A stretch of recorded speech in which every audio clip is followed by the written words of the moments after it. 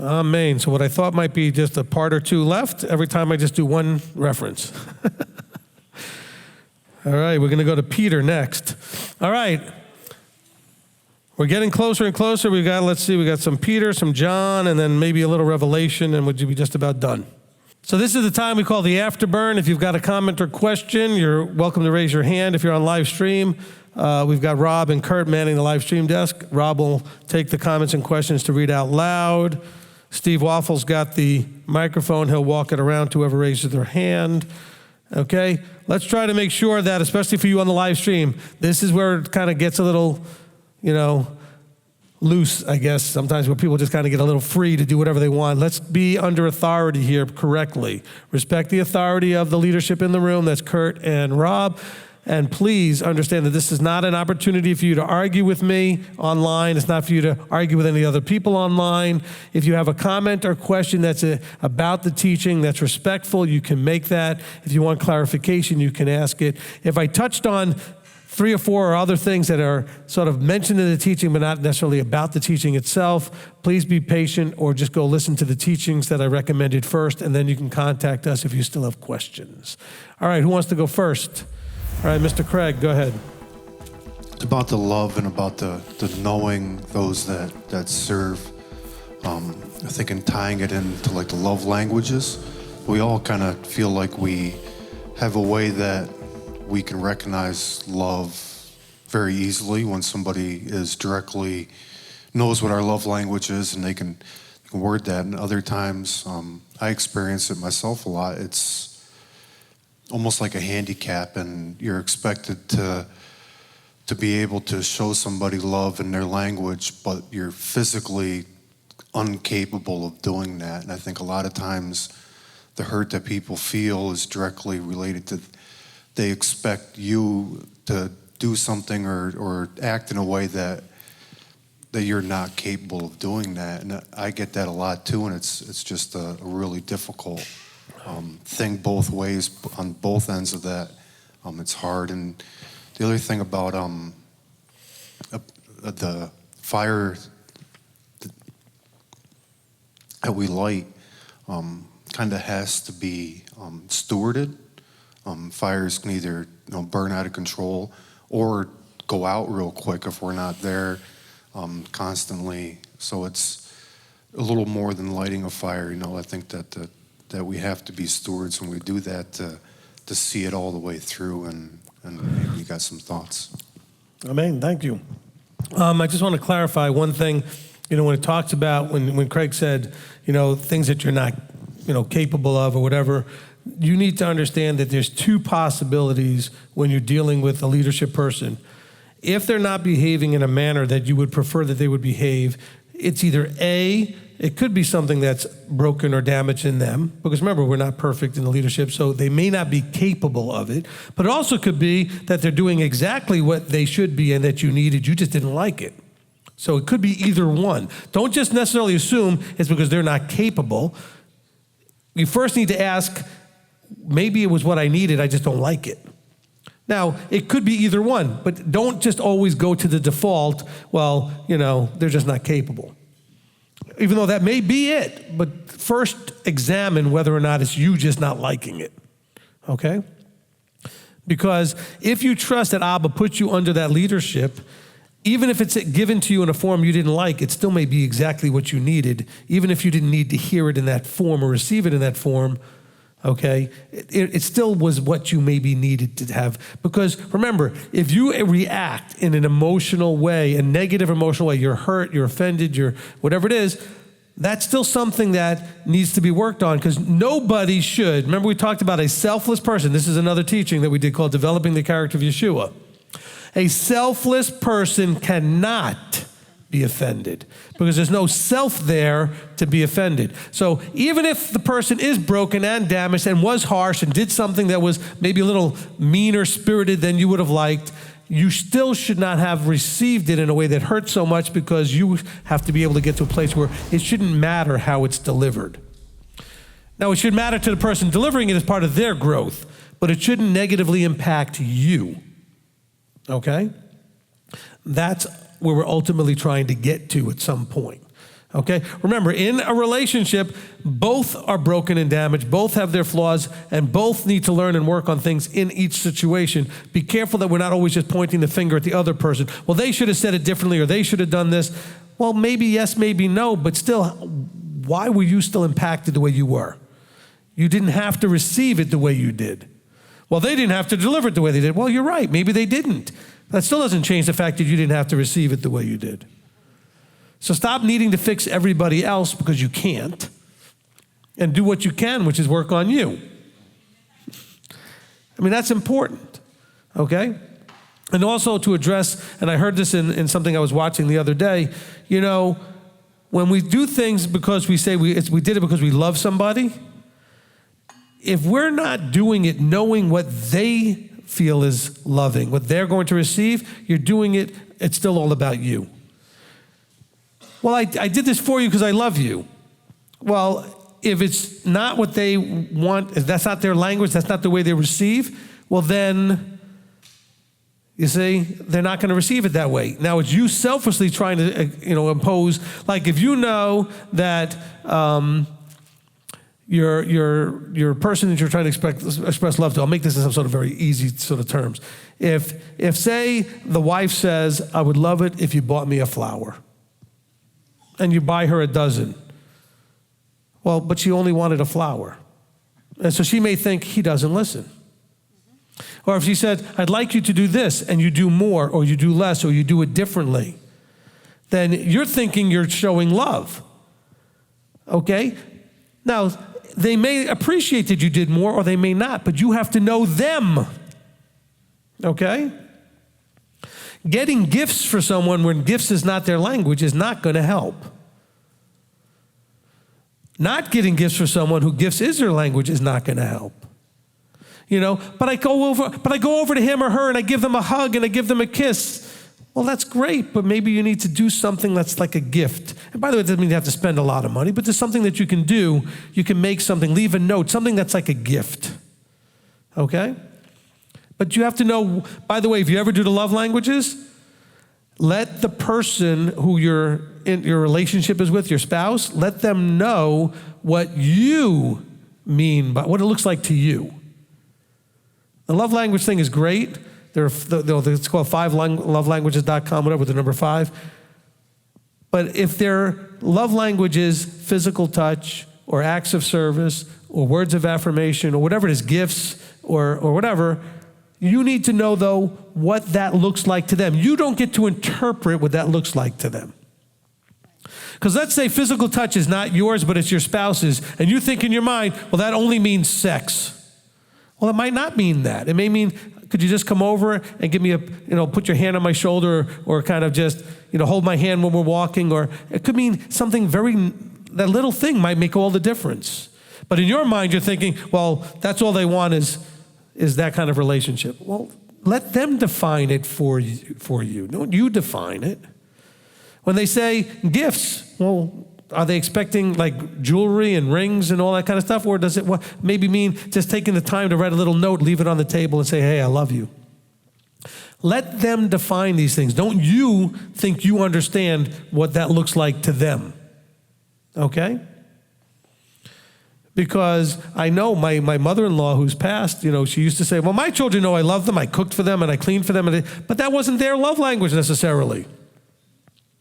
Maybe for some of them, she had 7 kids, so maybe some of them it was, but not all of them. Of course my children know I love them because I do this, this, and this. Not if it's not their love language. So you got to know them and know what's going to make them feel loved. Get to know your leadership, the same thing. Understand them, know them. So thank you for bringing that out, Craig, because that is a problem in our relationships. We do it the way we think the other person should know. Well, of course he knows I love him. Of course she knows I love her, but that's not, if that doesn't work for them, that doesn't do it. Well, I buy her all these things and I do all these, but she doesn't care less. Gifts isn't her thing.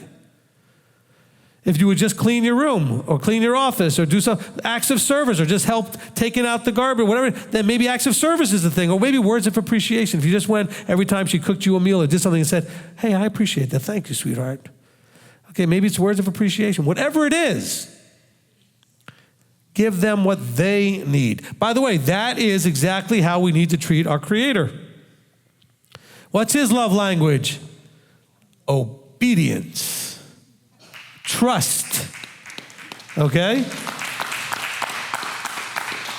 Okay, his love language is trust, obedience. That's his love language. If you love me, keep my commandments. That's his love language. So, but you're saying, well, he knows I love him because I pray a lot, or I do this, or I do. No, he says, if you love me, keep my commandments. Guard them. Remember them. Okay? Doesn't mean that prayer isn't a part of that. Well, he knows I love him because I tithe regularly. Well, that is one of the commandments, but that's not it. That's not it. Okay? What is the love language of the ones that you're interacting with? People want to say that whatever they're doing shows the Creator that they love him. Well, what is he looking for? Oh, all of Christianity. Oh, man, we love. But he says, but if you love me, you'll do this. This shows me that you love me. And they're not doing it. Now, I'm not picking on them. They were taught not to do it. The system they're in told them they don't have to do it. That's not how you love God. They are taught it's an emotional thing. And your hands go up and you're just basking in the glory, whatever. Okay, it's an emotional place. Now, he's not emotional. He wants you to get emotional when you realize that when you obey him, you receive blessing. When you obey him, you're safe. When you obey him, you're changed, you're transformed that little bit more into him. Then you get emotional. Right? We talk about Deuteronomy 10:12. That's our sort of walking orders, our marching orders. He says, and now Israel, what does Yahweh want? He wants you to fear him. And if you fear, awe, and respect him enough, you'll do walking in all his ways. That's step 2. So now you're obeying because you fear and have reverence, and then you'll love him. The emotions come out of the obedience, not instead of or before, although you are having some emotion to start with, which is fear and awe and reverence. You learn to respect and say, wow, there is a Creator and he actually cares what I do. I better get myself to figure out what that is that he wants me to do and not do, because there is one and he's paying attention. That was my first prayer when I first came to some sort of vertical awareness, was if you exist and you want me to do or not do, I have no idea what to do. You're going to have to show me. And then he did. And then I came to realize 2 things. He exists and he has certain things he wants me to do and not do. And doing and not doing works. It works exactly the way he said it would. It blessed me, it kept me safe, and it helped me start the transformation process. That was another mini sermon, sorry. Next question. Okay, Jana. I just want to say thank you for your leadership and the leadership that you have here. As most of you know, I moved by myself from Baltimore, Maryland. It was very scary. And when I came here, I had an encounter with leadership, and my normal instinct would have been, well, I'm not doing this. I'm running, this isn't for me or whatever.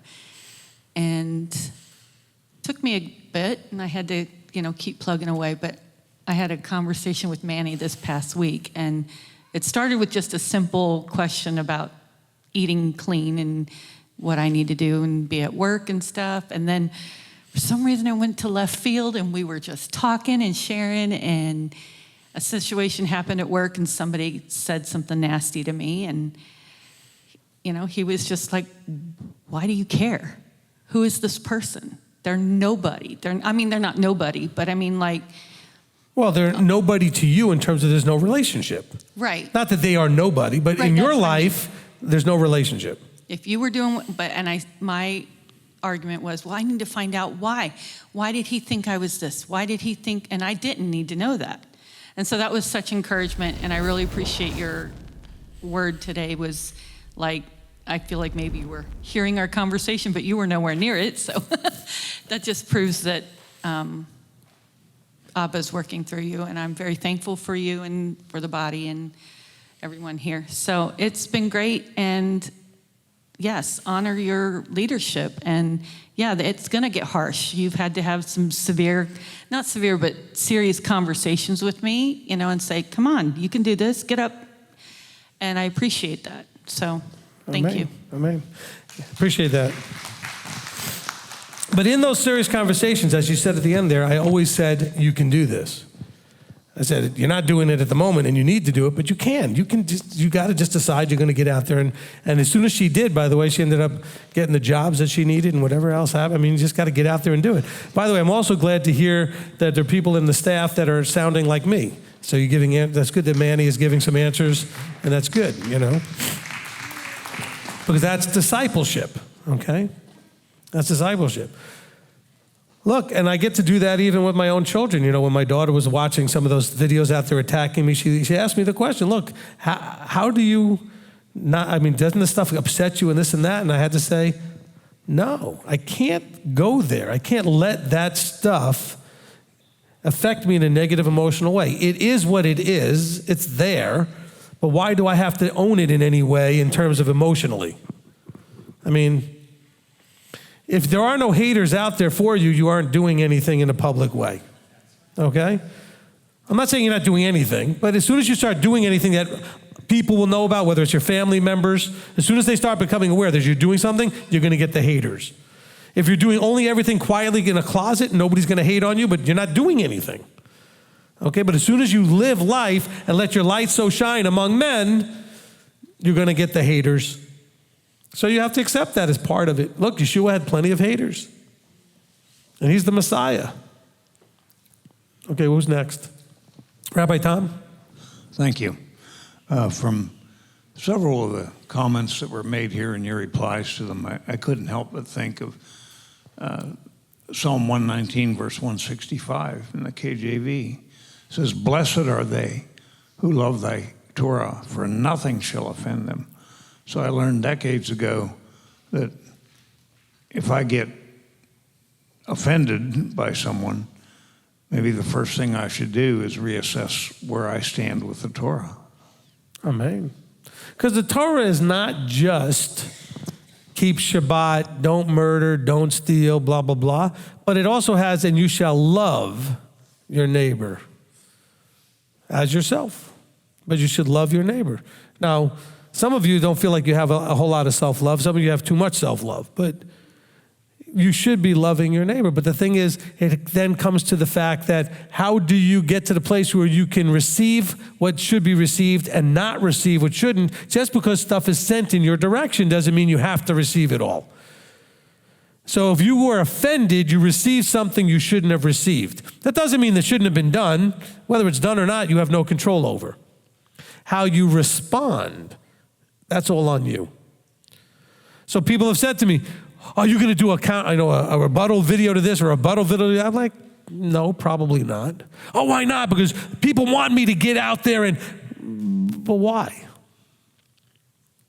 Because then I would be reacting in a very emotional way and basically going to war and having a fight, and there'd be no point to it. Because I always ask the question, and this is something I teach people when I counsel them, this is something I've had to work with in aspects of my life, is that I always ask the question, what am I hoping to accomplish? And is what I'm about to do going to accomplish that? And so if I were to go to try to do battle with some of the haters, is there any possible thing positive that I would accomplish? The answer is probably no. So then why am I going to do it? It's a waste of time. It serves no purpose. Okay? If it can't accomplish anything positive, why would you do it? The reason you keep Torah is because Torah accomplishes only positive things in your life. It blesses you, keeps you safe, and transforms you. So if I'm going to interact with people that are not and try to do something that it says, don't lay your pearls before swine. It says, don't argue, and Paul says this in Titus, right? Don't argue about this, that, and the other thing because it's useless and all it does is cause fighting, but there's no point. See, you can have discussions with people, but don't argue. How do you know if you're having an argument? I'm talking, you're not listening, you're talking, I'm not listening. That's an argument.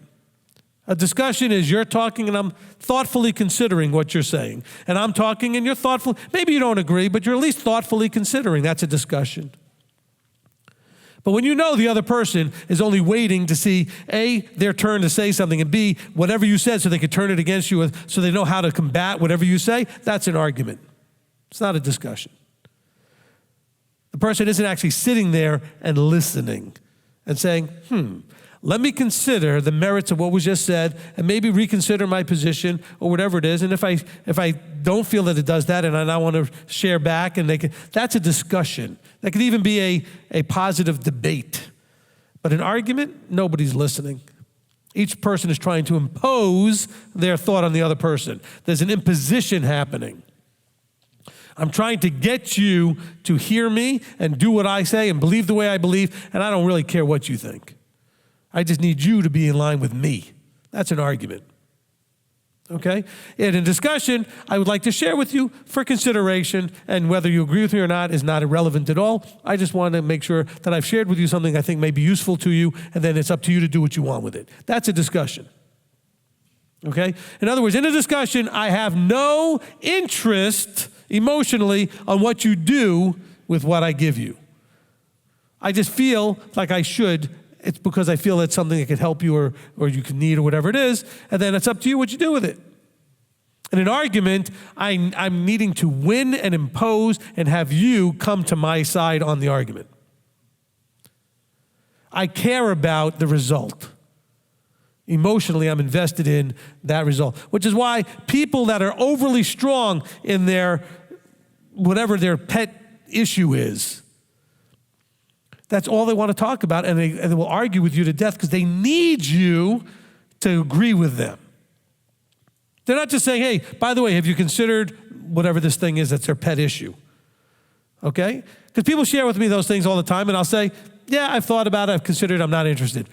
And if they wanted to just discuss it with me, they say, okay, great, don't worry about it. But when it's a person that's ready to argue, they're emotionally invested, they're going to push and push. Yeah, but maybe you haven't heard this argument, maybe you haven't heard this thing, and they want to just keep pushing and pushing.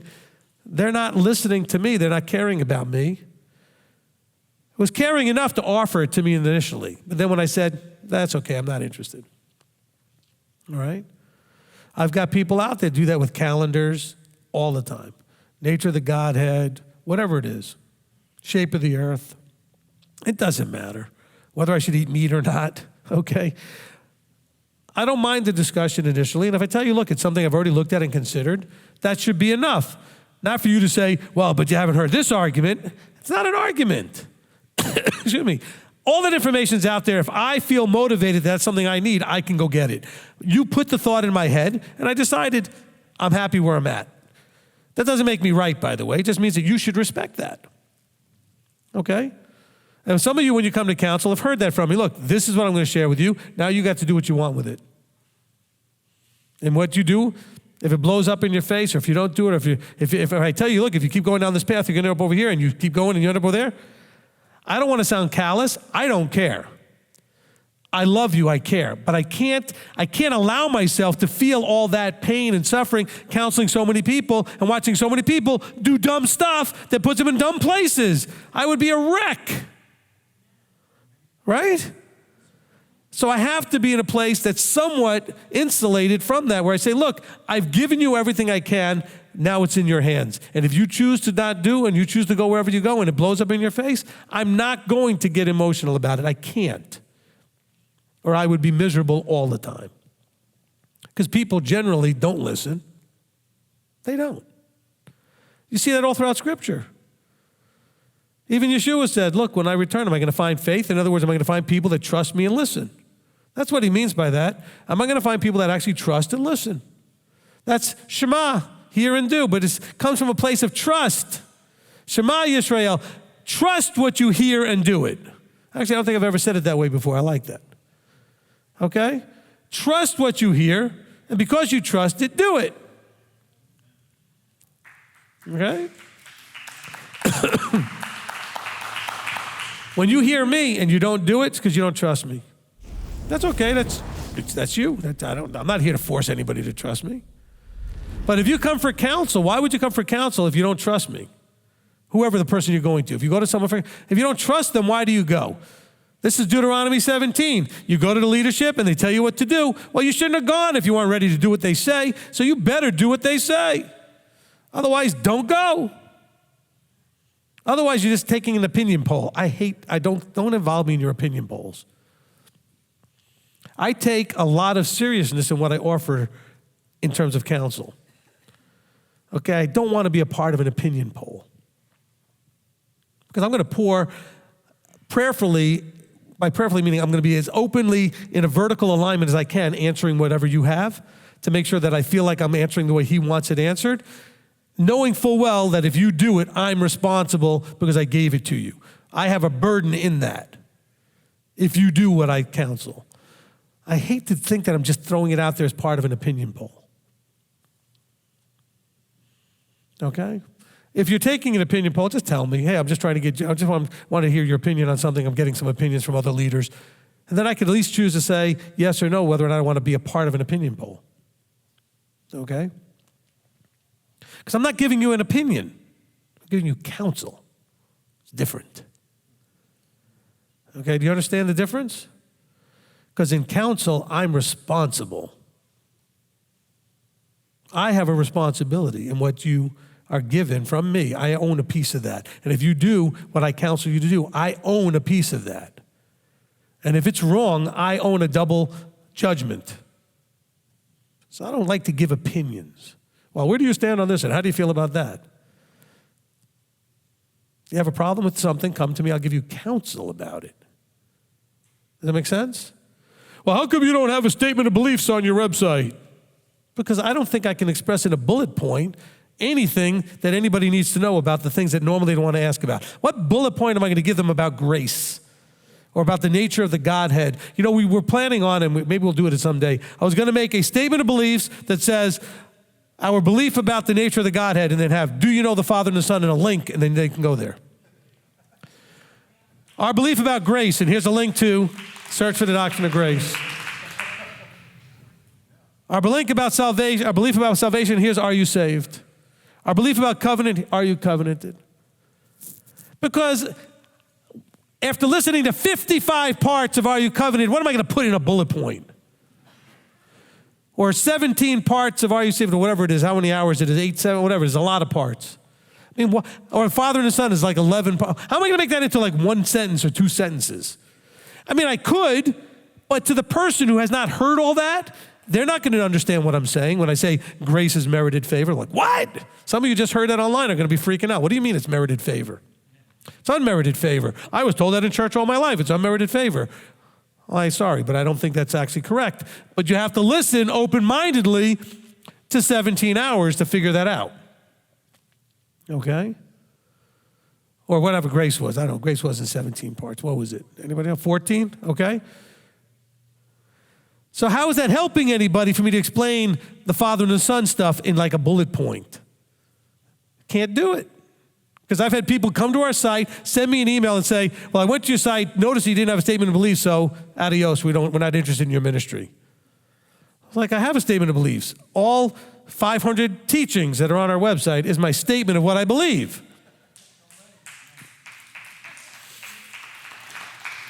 On every topic that you could possibly ask about. You want to know what I believe about Shabbat? There's a teaching. You want to know what I believe about the feast? Teaching. Tithing? Teaching.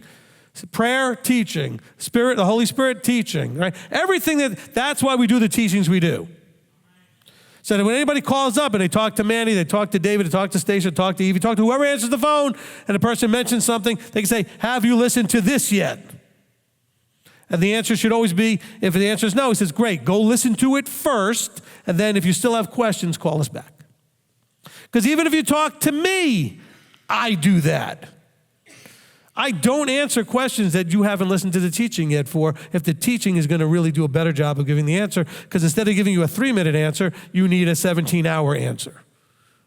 Because you need to unravel all of what you were told before that was wrong, that was inaccurate or missing pieces or whatever, but it was just not what you needed. It wasn't the right answer. So I get people frustrated with me when I say, well, if you really want to know, got to go listen to the teaching. Oh, well, just tell me. But I refuse. Do you really want to know or not? You really want to know? Go listen to the teaching. But it's 15 parts. I don't care. Listen to the first part. If you don't like it, stop. If you like it, listen to the second one. Nobody says you got to listen to all 15 of them, whatever it is. I mean, almost all of you listen to 64 parts of the heart of the matter. Why? Because when you got to part 2, you like to go to part 3. When you went to part 60, you wanted to go to 61. Some of you are mad that I stopped. Would have liked it to keep going. Okay? But see, that's where you test also if someone's serious. Well, what I want to know. Well, where do you stand on this? You really want to know? Listen to the teaching. Well, but that's an hour or whatever. How many parts? I said, well, then you really don't want to know. You want to know? Go listen to it.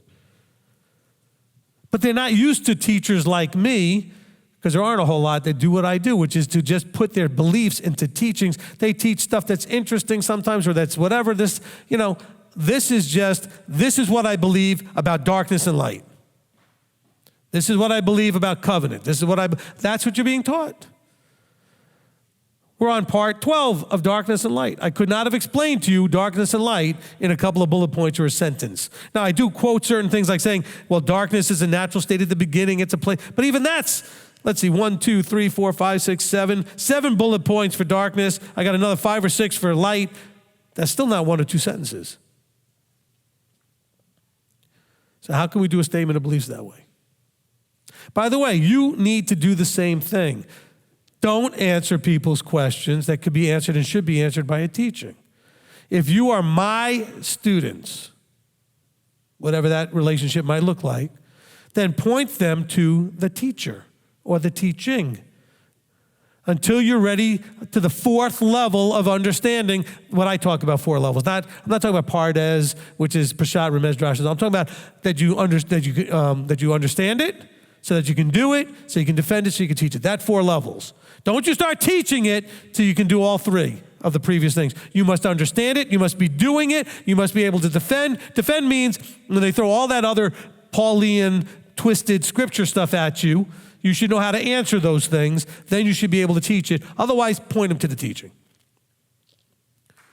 Okay? And if I, the teacher, point them to the teaching, why are you trying to explain anything? I mean, think about it. If I won't do it, why are you doing it? And I don't. Some of you have called me up, and you know I'm telling the truth. You've asked me questions. I said, go to teaching. People call up all the time. I say, go listen. Now, I always tell them, if after you listen to it, you still have questions, call me. I'll be happy to answer them then, but you must listen to it first, because it will likely answer all your questions. And by the way, we get very few follow-up phone calls, because either A, they didn't do it, which is probably most likely, okay, because people are lazy and this and that and the other thing, or B, it answered all their questions, And I've had people tell me, oh, I listened to that teaching and I thought it was wrong and everything else. I said, did you listen to the whole thing? Well, no, I listened to one part. Don't do that. Don't do that. How many of you found yourselves, and this is something that came up today actually, in a little experience, but how many of you found yourself listening to the beginning of something and not knowing where they're going, heard something right away, you were having a problem or this or that, but it's only 2 minutes into whatever the guy's saying. You have no idea really where he's going. You think you know. We don't have any context yet. He's 2 minutes into it. To really understand where I was going with grace, you can't figure that out listening to the first part. Just one part and you know it all. You have to give me a chance to make the point, to go through the whole thing. Yes or no? So don't do that with things. You have to, even if it's something that looks like you might not like it, give it a chance, and you still might not like it, that's fine, but at least go through it to see where they're coming from. Because you may be listening to somebody else or whatever you're listening to, and don't just jump to a conclusion off the first thing they say. Make sure you know what they're really trying to say. All right? Because it may take a little bit. And you also may not have the same lexicon. When you use certain words and they use certain words, or I use certain words, we may not be meaning the same thing when we use the same words. That's why a lot of the teachings redefine the terms, like salvation, grace, belief, all these things, born again. I mean, these are all things that we had to redefine so that we are speaking the same language. Because we're not at the moment. We don't have the same lexicon. Okay. I'm in the mood for mini speeches today. Okay, who's next? We just might just go for another couple hours. What do I care? I just had a comment when you talked about the helmet. For me, it says, I believe some of us, the helmet is supposed to protect us from what we think, but excuse me, I couldn't read my own writing, huh? We fail to realize what we see at times is we allow it to keep in some of the junk we should be getting out. Amen. Picture the helmet as being a one-way barrier. It should let stuff come out, but protect stuff from coming in that shouldn't go in. So it's a good, strong filter. Okay, you get to choose what comes in, and things should be able to get out. But the problem is that you're allowing things to go in your head that don't belong in your head. And that has to do with relational stuff. We talked about that already. If you have no relationship with somebody or a wrong relationship or whatever it is, they should not be influencing what you think. All right, who's next? Okay, bring it. Okay, Rob. All right, from Roy Bolster Coates says, question, Rabbi, how do we remain joyful in all situations? How can I develop that attitude in my walk?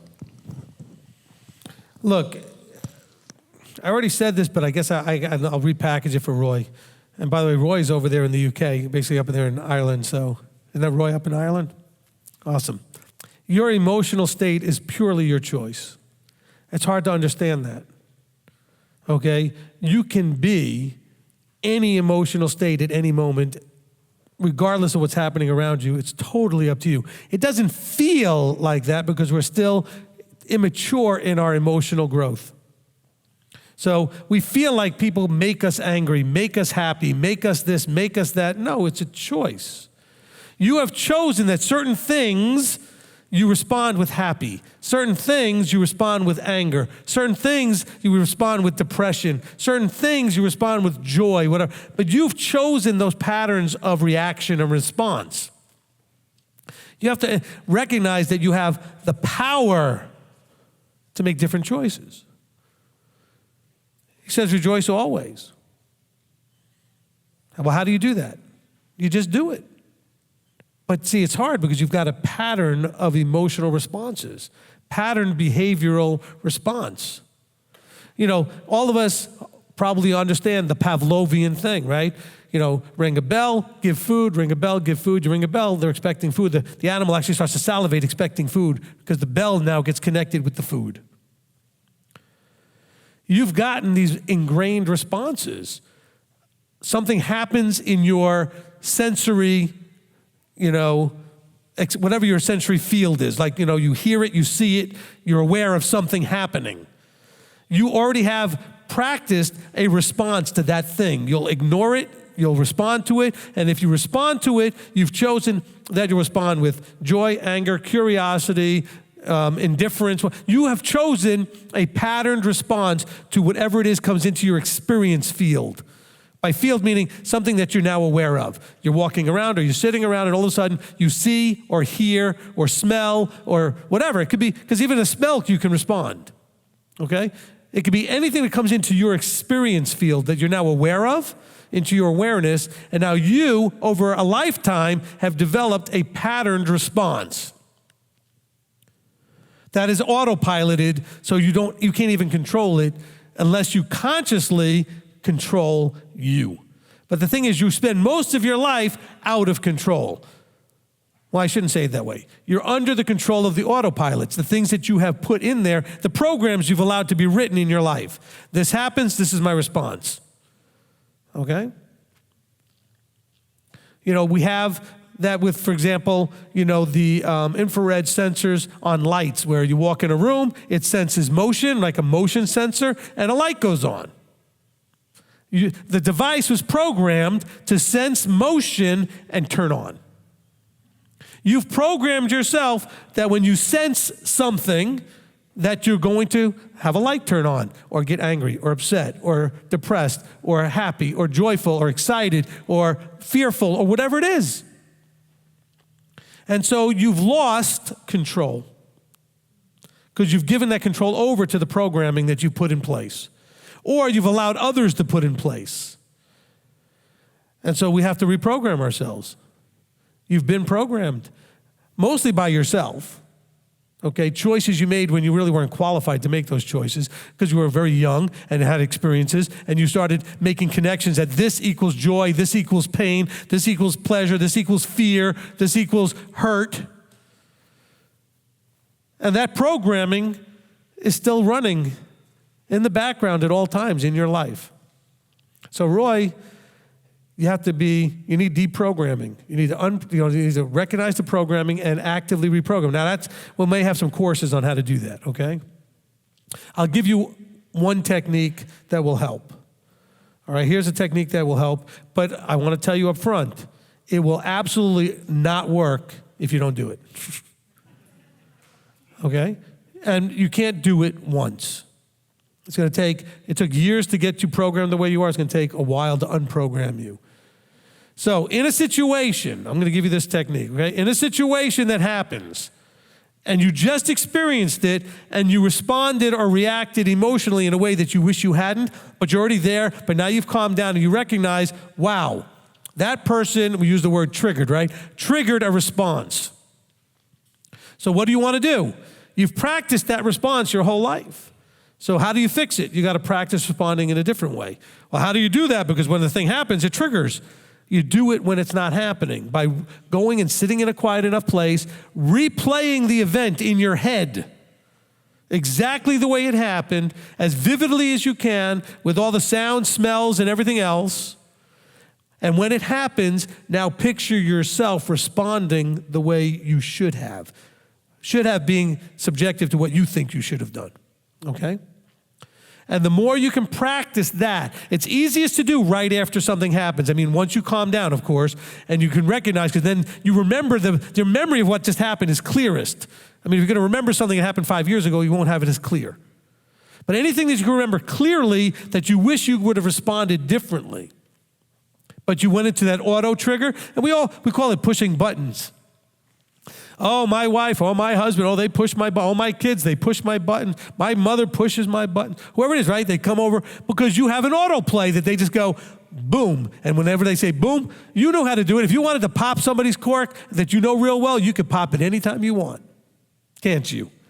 And it's not because you control it. It's because they've set programming in place that you're aware of. So you know the program.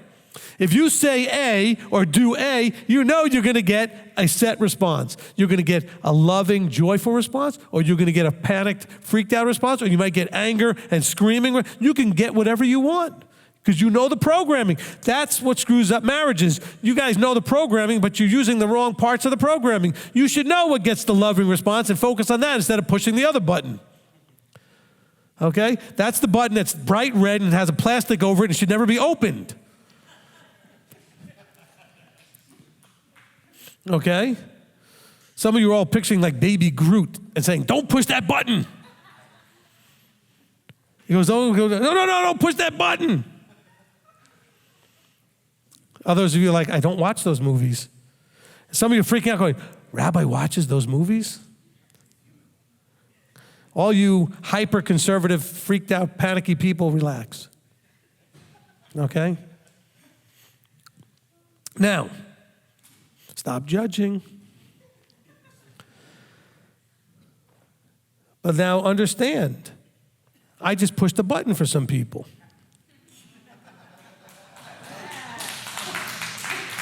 And I knew, because I had a choice to say it or not, that it might push a button for some people. But I thought the benefit was worth it because it got a chuckle and a smile from everybody that knows what I'm talking about. See, but you need to have that voice like Rocket saying, don't push the button. See, but you don't have a voice. You just sit there and you push the button. The same voice, if you practice and rehearse. By the way, don't just practice and rehearse how they responded. Some of the times you got to practice and rehearse how you could have pushed the button and you did, but you shouldn't have. And you can now see how you can not push the button and do something different. Have that voice in there saying, don't push the button. Let's not go there. You don't have to erupt the situation by going, boop. Oh, but they did to me. Doesn't matter what they did to you. Don't push the button. There's no need to push their button just because they pushed yours. Oh, but that's when the thing gets into a real ugly thing, because now both of you are actively pushing each other's buttons, and you know exactly how to do it once you've been married a while. Or you've been, with your parents and with your children, because you have a relationship that goes for years, and you know where all the buttons are. Siblings, parents, children with parents, right? You know where those buttons are. Best friends for years. Oh yeah, you can push a button if you want. But you can also push the good ones. The ones that light them up and make them happy. The ones that make them feel safe and good. So, Roy, the answer is, it's a choice, but it's going to take practice when you've had a habit or a programming of wrong choices. Because now you are basically, some of you are so self-sovereign, you hate anything that feels like control, and you don't realize how controlled you are by the programs. Get just as angry about, because you don't like it when I'm as a leader trying to impose what you feel like I'm imposing on you. And I'm not. I never impose on anybody. But you feel like I am. And you get all ODD, right? Opposition defiant, and you don't want to, get that way with your own programming. Recognize that you are programmed and controlled by your emotional responses that are triggered. Why doesn't that bother you, how controlled you are? Oh, no, nobody makes me do anything. Yeah, you do. You make you do. You are so programmed and so controlled. You do not have the freedom of choice because the programs are running all the time in the background waiting for a button to be pushed, something to be triggered. It's like little tripwires you're walking around with all these tripwires. Just waiting for someone to trigger one of them. Well, some of them are good. A song comes on the radio that just puts you in a good place. Or a smell and you're just right back into a happy place. Or the sound of someone's voice or somebody doing a certain act, whether it's an act of kindness or physical touch or word of affirmation or any of those kind of things, right? That put you there, those little tripwires that put you in a good place. But you got those other tripwires out there, those are landmines ready to just go boom. You know what? If you take all the landmines away, there's nothing to go boom. So you want to blame the other person. Stop blaming them. You're the one who put the landmines out.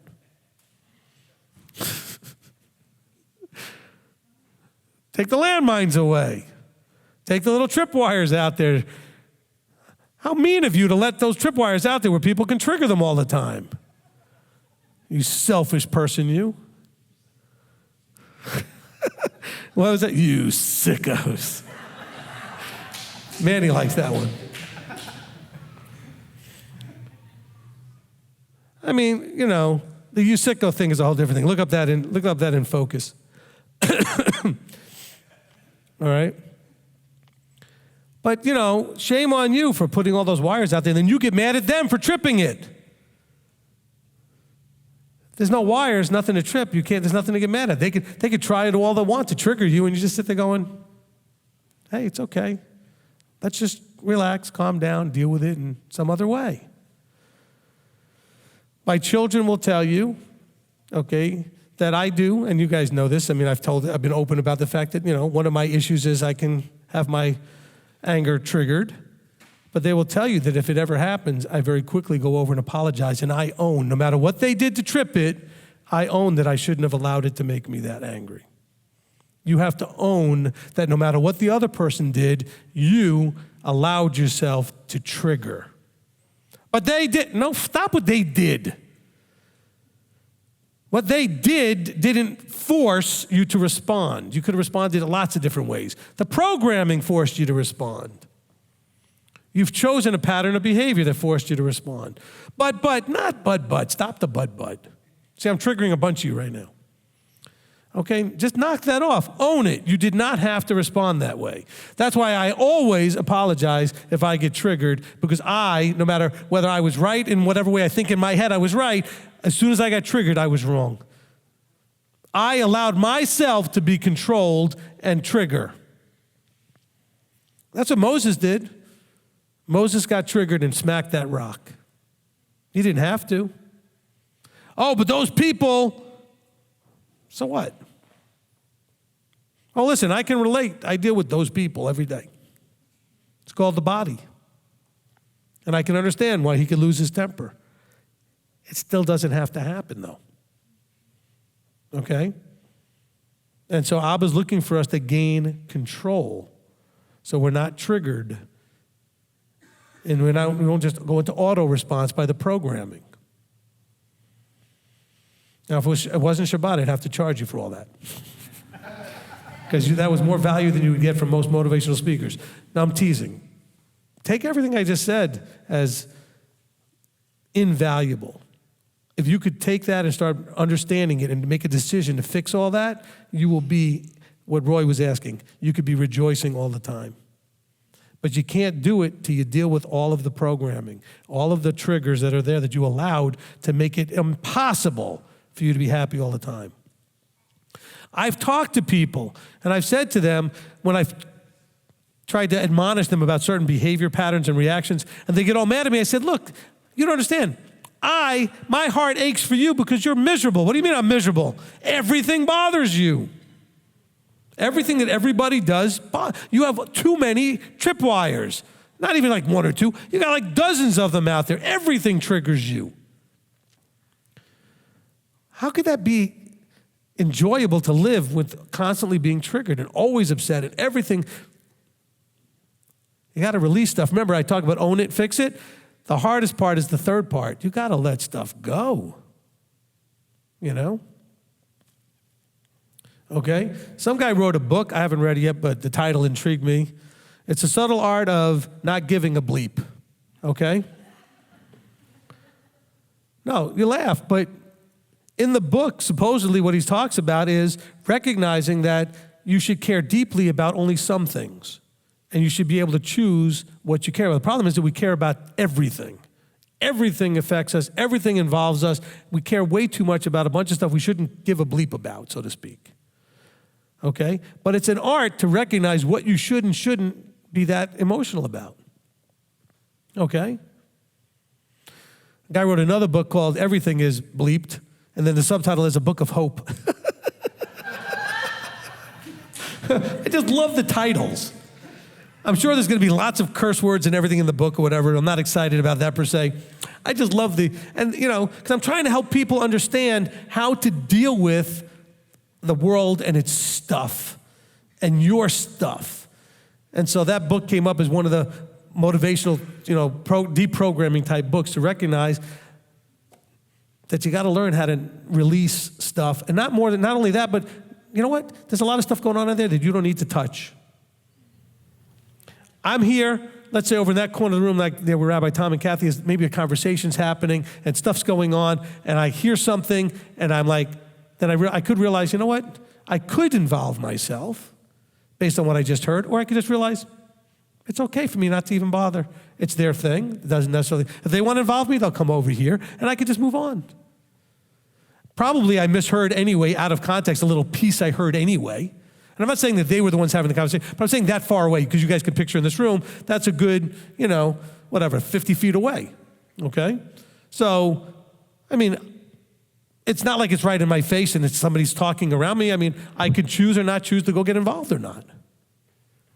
But we have a hard time as human beings not involving when we should stay out of things. Oh, you do that on Facebook all the time. You don't have to respond to anybody's post. Literally, your life will be fine if you never, ever comment on a post. How many times do you see me comment on a post? Never. Okay?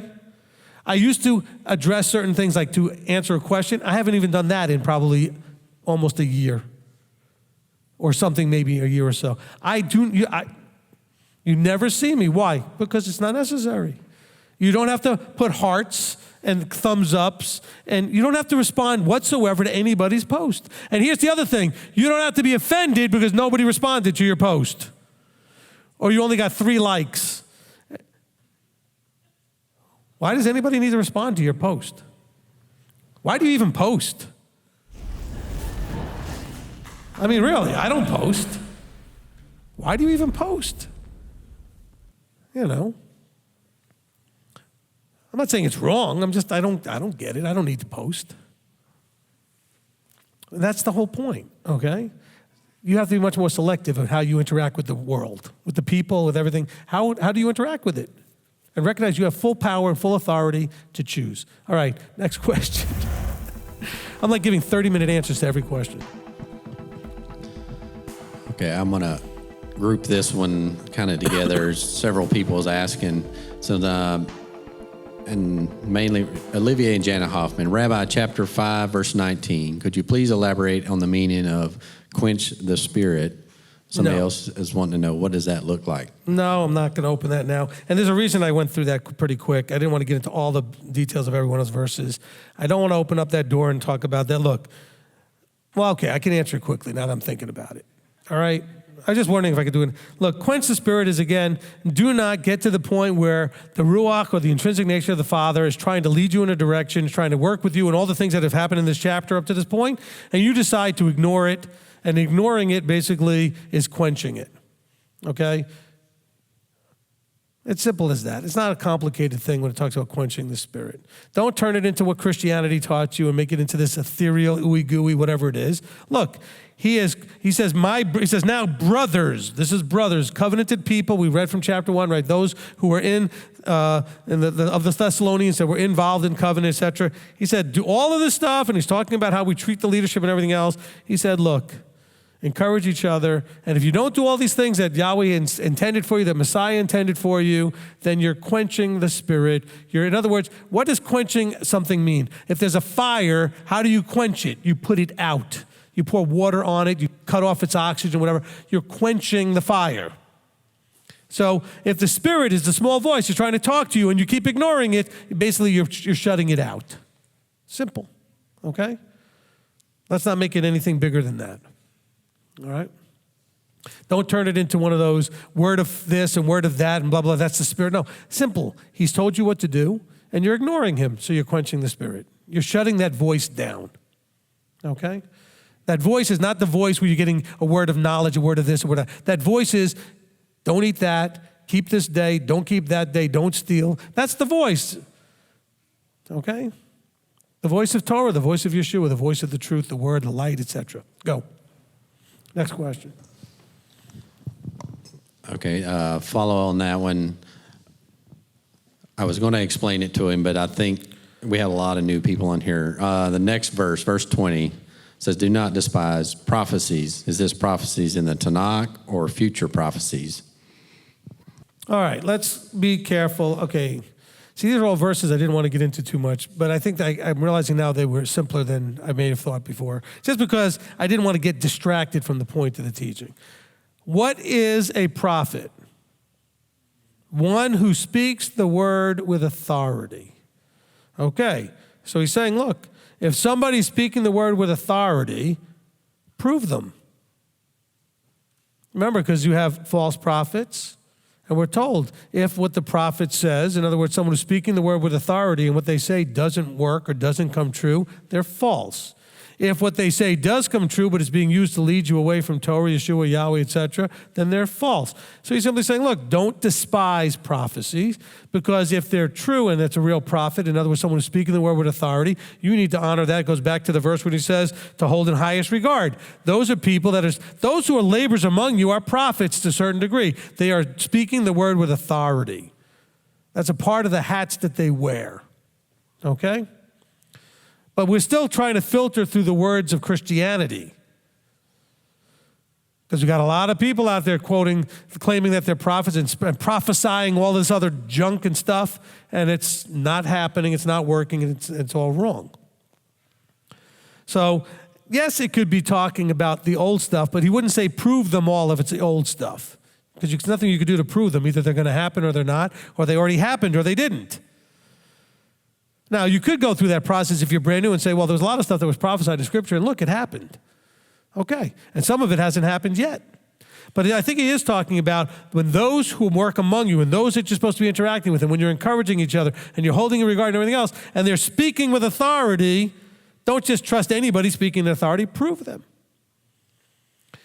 And you have enough people out here that you can get testimonials and say, look, this is what happened. I interacted with the authority said this, and it worked.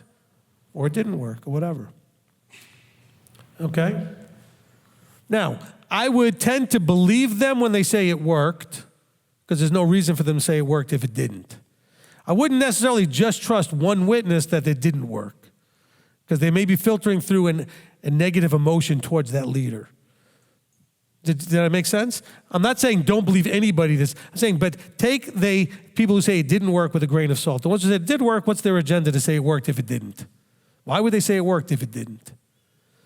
But they may have a reason to say it didn't work if they're just trying to make the leader look bad or some other thing. Maybe they didn't actually do what the leader said and they're going to say it didn't work. I've had lots of people do that. I've gone to give some of the techniques that I help people with in deprogramming themselves to some people, and they've said, oh, I've tried that, and it didn't work. And I could have said, oh, I'm sorry. Or I could have done what I did, which said, describe to me what you did. They didn't actually do it. They tried it for a day. It didn't fix everything. That they didn't actually do the thing. Okay? So you may want more information when someone says, oh, the leadership said this and it didn't work. You may want to find out more about, well, what did they do? How did they apply it? And maybe you might want to find out that, what did the leadership actually say? Because I've told people things, and that's gone around and come back to me and was nothing like what I actually told them. Well, Rabbi said to do this, or Rabbi said not to do that, and I never said that. But through their filter and through whatever, it got bent and twisted into something it wasn't.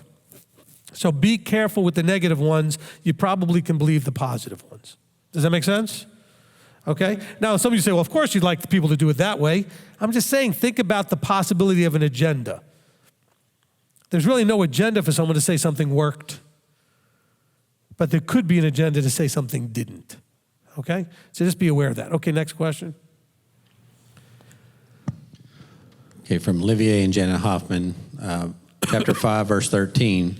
How can we make sure we are holding you in the highest regard? We may think we are doing it, but can you expand on this, on what would be helpful for you? No, I think holding people in the highest regard is something you have to figure out for yourself. You can edit it. You might talk to somebody, third party, meaning there's not something I should be able to tell you. I don't need to feel it. I don't need to know it. It's not for me to judge or decide whether you're doing it. He's telling you to do it. Paul is saying you need to do this, and only you can know you're doing it. Or someone that's talking to you might recognize that you're not doing it. And if you have that as something that maybe accountability partners, where you're saying, I want to make sure I'm holding my leadership in the highest regard. If you hear me saying something or doing something that doesn't actually manifest that, let me know. Somebody else can help point it out. The leader themselves is not involved at all. Okay? I'm not to walk around and go, well, you're not holding me in high regard. That'd be ridiculous. And if I actually ever did that, I'd be a leader you need to run from. Because then I'm wanting to be held up in some pedestal thing. Paul's telling you, those who are laboring, you need to know whether or not you're holding them in the right place. Okay? That's something you need to figure out. Are you appreciating the role they have and the work they're doing in your life? Or available to do in your life that maybe you're not taking advantage of or whatever. Okay? So the answer is you have to figure it out either for yourself or ask somebody to help you in terms of how you talk about, and usually it's going to be something you'll hear people talk, how they talk about the leadership will express it more than anything else.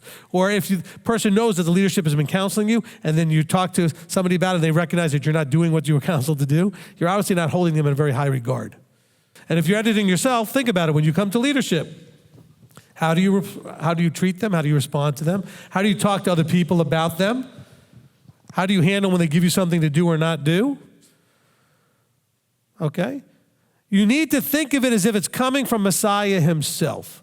Believe me, I'm not trying to say I'm Messiah in any way, but do you understand? High regard. He talks about you need to hold them in a high regard, the highest regard. In other words, they are representatives of Messiah. And as an ambassador or a disciple, a representative, you treat them as you would treat the person they represent. This is why Pharaoh got in so much trouble, because treating Moses the way he treated him was as if he was treating the Creator himself. When he said, the next time I see you, if you come back in, I'm going to kill you. You will die. That's as if he said it to the Father himself. So you understand? If you can't see me as an anointed representative of Messiah, if you don't see, then you don't, and you're not going to treat me in that high regard. The regard that is appropriate for that position. And it's not about me holding myself up. I should have no holding myself up in any kind of high regard. That's pride, ego, vanity, etc. This is about you, because then you'll receive from the servant appropriately. Because if you hold them in highest regard, you can do Deuteronomy 17 without a problem. You can go to that leadership and trust and do what they say, knowing that you have a high enough regard to recognize that's an anointed, appointed person. Now, if you don't recognize that person in that manner, then certainly you don't hold them in that regard, then certainly you don't need to be getting that counsel from them. They are just a person speaking that you're hearing information from. You should not hold anybody in that level of regard if it's just a person you're listening to and getting information from. But if they are a laborer among you, an anointed servant among you, they should be held in the highest regard. Okay? And they should be holding themselves in a humble place. All right, go ahead, next. Okay, from Michael Diaz, says, is the vertical alignment a protective element to those who submit? Yes, it's a protective element. It's part of what keeps you safe. That's part of the role of the vertical, is to keep everybody in that vertical safe. And it's when you step outside of it that you end up in more trouble than anything else. I mean, I will tell you right now that more trouble, and please, ladies, don't be offended, because this is partly the man's fault too, because some of you are married that I'm going to talk about. Uncovered women cause more problems than anybody else in the body. Not just single women, uncovered women. Most of them are married, which means that we got a lot of Ahabs that are allowing for the Jezebels, if you understand what I'm saying. Because the problem with Jezebel was that she acted in an uncovered manner. That now applies to everybody. The man probably isn't covered, which is why he's allowing a wife to not be covered, which is why it's a chain reaction. So am I picking on the ladies? No. There could not be an uncovered woman without a man who's allowing it to be that way. You get no Jezebels without an Ahab. Are we clear? Okay? He must be allowing it. And so these are all examples of coming out of the vertical. All right? You stay inside the vertical, everything generally goes well. You see it with Israel. Okay? Even with Saul. Saul had a vertical. He needed to listen to Samuel. He needed to not be doing what he did without Samuel there to do it, the sacrifice. Saul was in big trouble. The people came out from the vertical. They said, no, we don't want to go in the land. Then they made it doubly bad after he said, fine, now you don't get to go. Now you don't get to go. So then they wanted to go in the land. All of that coming out of the vertical caused what? Death, destruction, bad. Okay? You come out from the vertical alignment, it always goes bad. Okay. Ladies, you should know that. Men, you should know that. Problem is, ladies have an easier shot of it potentially because if they're married, they have a natural vertical potential. Men, you've got to find yourself someone to get under. That's hard. We've had several men leave because they could not do it. They could not come under vertical alignment. I didn't throw them out. They just couldn't find a way to do it, so they left. I'm not talking about anybody left, so I don't want you to figure out who. I'm talking about in 20 years of experience, I've seen this happen lots of times. Men, you need to be in vertical alignment. You need to find somebody. Don't just say, well, I'm under Yeshua. It's not going to work. You need vertical alignment. You need someone who can admonish, correct, etc., that you're willing to listen to. And mean it. Okay, where that person can actually do those things and you will accept that authority. Find that person and then get into that relationship. Ladies, the same thing with you if you're married. You got to have to find a way to be that with your husband. Oh, but you don't know my husband. Well, then your husband needs to get in that alignment so that somebody can kick him in there, you know what, and give him a little nudge in the right direction. Because this whole vertical alignment takes everybody in their role. So whatever you think, if the men are thinking, yeah, you give it to the ladies. Well, guys, I gave it to you just as hard. Everybody has a piece of this. All right? It'd be a lot easier for your ladies to get in alignment if you were in alignment. They hear me talking. They know you're not in alignment. And then you want them to be in alignment. But they want to see you in alignment. Now, we have some singles that have made it clear they are not going to marry anybody that's not in alignment. And if they're with me, they've already made it clear they're not going to marry anybody that's not in this particular alignment. because then they will know that that person is covered and can be corrected. And that makes it a lot easier, by the way, if both of you are in alignment with the same leader, so that if you ever have a problem, you can both come to that leader and the leader can admonish either one of you, knowing that you're both under that covering. Very hard when both people in a marriage are not under the same covering, and then the person that's trying to counsel is trying to correct either one of them. The one that's not under the covering isn't going to listen. You know? Next question. This is the last question from Chris Zimmerman. Says, or from Anna. Says, Rabbi, in 1 Thessalonians 5, verse 8, you talked about people's thoughts, voices, getting into our head. When it comes to even those in covenant, how do you determine whose voice to allow in your head? They may appear that they are trying to help you and direct you, but even then, those voices can be very conflicting and can be confusing. All right, really good question. Appreciate it, Anna. This is all fixed by what? Vertical alignment. The problem is, again, if you have multiple people speaking into your life, you need one that you give the authority to clarify which voice to listen to. You're studying something out, or you're deciding something about something that you do or don't do on Shabbat, and you watch the video of some teaching that said it was okay, another one that said it wasn't okay. What do? Multiple voices. You go to your vertical, next in line teacher, and if that person doesn't know, they go up the line until they get the answer and make a decision. This is what this vertical alignment understands, and that's what we do. It clarifies all confusion. Okay? I've had people struggle with so much stuff where they'll hear what I said and everything else, then they'll go watch 15 other videos and 15 other teachers, and then they'll call me back and they're all confused. And they don't understand. I said, well, there's a reason you're confused. You have not yet picked the teacher that's your teacher. That doesn't mean you can't listen to other things. It just means that if there's a moment of confusion or disagreement in what the voices are that you're hearing, voices not like on that spirit world thing, but I mean like you're hearing information coming from different people, friends, family, other teachers, whatever, that you go to the one who you've submitted under and said, I don't know which is right, you tell me, and then we get the answer. That's where you trust that structure. Hopefully that answers the question, Anna, because that's really a problem. I have a guy that calls on a regular enough basis. He's got a situation with divorce and remarriage and whatever. He's not part of our ministry. I think he might even be Catholic. I don't know. He's mainstream Christian of some sort, but he found my videos next to other videos about divorce. He calls up here. He's talked to me. He's talked to like everybody here. And I've told him, I said, your problem is not whether you should get a divorce or not. Okay, and the answer, according to my teaching, is that he's fine. But he doesn't want to receive that because he's afraid he's not fine. And so once I get him all calmed down, he goes and watches 5 more videos and he gets all freaked out again. And then, because he watches all kinds of mainstream teachings trying to make him all upset. And then he calls me back.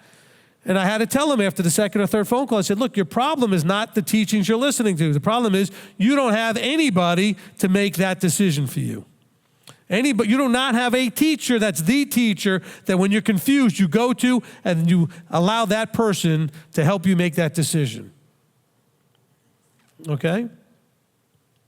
Teachers are not there to tell you which job to take. Teachers are not there to micromanage your life. But when you're hearing multiple understandings of your halakha, your walk, you need a teacher to tell you which one you need to be doing and which path to be on. So listen to anybody you want. Listen to everybody you want. I don't care. But if you're confused, it's because you haven't yet chosen to find one that's going to be the one that is the tiebreaker, so to speak. The one that sets you straight on this is what you are going to do. But the problem is you're so operating out of fear because you're afraid you're going to make a wrong choice that you do nothing. You're so paralyzed by fear. It's the old paralysis by analysis thing. You're just constantly looking for that one golden moment that's going to be like, oh, and then you'll know what to do. No, just call your teacher up and say, I'm confused, what do I do? Teacher says, this is what you do, and that's it, you move on. But you got to find that teacher first. And it's not going to be that, oh, whatever, sky's not going to open, voices aren't going to come from this ray of light through the clouds or whatever. It's not going to be like that. It could be as simple as, just making a quick call. Hey, listen, I was watching a bunch of teachings on this subject. I know where you stand. Look, if you know already where I stand on it, you already have your answer. If you're my student. Okay, so if you already know where I stand, I don't even know why you're confused. If I'm your teacher. Whoever your teacher is and you know what that teacher stands, why are you confused? If you're confused, that person is not your teacher. Do you understand? If you're confused and you know what the person that you think of as your teacher teaches, that person has not been in your mind placed in that position of teacher. Are you listening? Another good teaching, by the way. Okay? Are you listening? If you know where your teacher, the person you consider your teacher, stands on something, and then you watch some other stuff and now you're confused, that person wasn't your teacher. That needs to be clear in your head. Now, that's not a bad thing. It makes you recognize, wow, I guess that person really wasn't my teacher. I need to find one that really is my teacher. Or realize that you're not holding that teacher who is your teacher in the highest regard, because if you're holding that teacher in the highest regard and you know where they stand on something, nobody else is going to shake your tree. Think about it. If you hold that teacher in the highest regard, why would anybody else's teacher be in a higher regard? Because that's what you'd be doing if you're listening to somebody else and that changes your mind about something. You're no longer holding him in the highest regard. Now, until you find that person, yes, listen to as much as you can until you come to the place you go, that's my teacher. Abba has shown me I'm supposed to be under that teacher, and that's who's going to help counsel me and guide me in my path, and then hold that person in the highest regard and stop being confused. Amen? All right. I'm having fun today. Go ahead. That's it. All right, good. Listen, you got to understand, I've at times in groups done this for 4 hours straight. I think I did it for 6 hours straight one time. No problem. I sat down at a Sukkot. I was supposed to speak at like 7 or 8 o'clock after dinner. I got there like 4 in the afternoon or 3 in the afternoon, like right after lunch, 2, 3 in the afternoon. It was just at a big public park just west of Nashville. And so I sat down. Some people started talking to me, asking me questions. They didn't know me at all. They didn't know where I stood or anything. I was brand new to them. They didn't know me this many years ago. And then I started answering some questions. They're like, hold on, stop. They went and got more people and then more people. Next thing you know, for like 4 hours, I just it was like this, Q&A, triggered questions, mini teachings, questions, mini teaching question, mini teaching question. I went to Austin, Texas and did that one time. They were like, invited me in. I said, look, I could do one of two things. I could do a teaching, or I could just let you guys ask questions. We did questions for 6 hours. About 3 hours on one night and then about 4 hours the next day. So 6 or 7 hours of just questions. I love it. I mean, I love that you have questions. I love an opportunity to give you, counsel and guidance as to where I stand on things. Okay, that's going to do it for that. We have all the people now.